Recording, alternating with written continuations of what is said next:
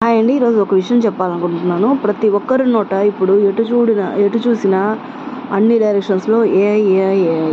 ఇప్పుడు రీసెంట్గా అంటే దీని గురించి చెప్తాం అనుకున్నాను.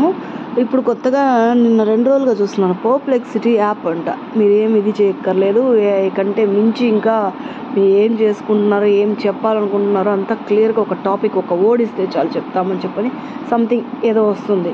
కానీ నా అంచనా ప్రకారం వీటి దేనికి సంకేతం అని అంటే, ఒక బండి, మనం బైక్ ఫాస్ట్గా వెళ్తున్నాం, బ్రేక్ ఫెయిల్యూర్ అయిందనుకోండి. ఆ బ్రేక్ ఫెయిల్యూర్ అయితే ఏంటండి, మన చేతిలో ఏది ఉండదు. అదుపు తప్పి ఎంత డేంజరో ఇవి కూడా అంతే డేంజర్ అండి.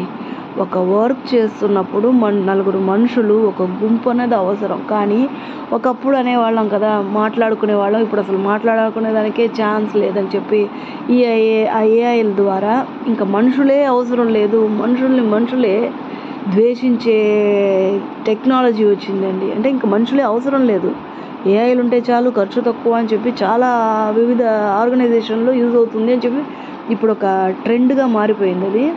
బట్ ఇది సంకేతం దేనికంటే స్పీడ్ బ్రేక్లెస్ బైక్ అని చెప్పి మాత్రం నా ఒక వర్డ్లో మాత్రం నేను చెప్పగలనండి. Thank you. ఏఐ అనేది బ్రేకులు లేని బండి లాంటిది. అది తోలడం కష్టం కదండి, అంతే కష్టం.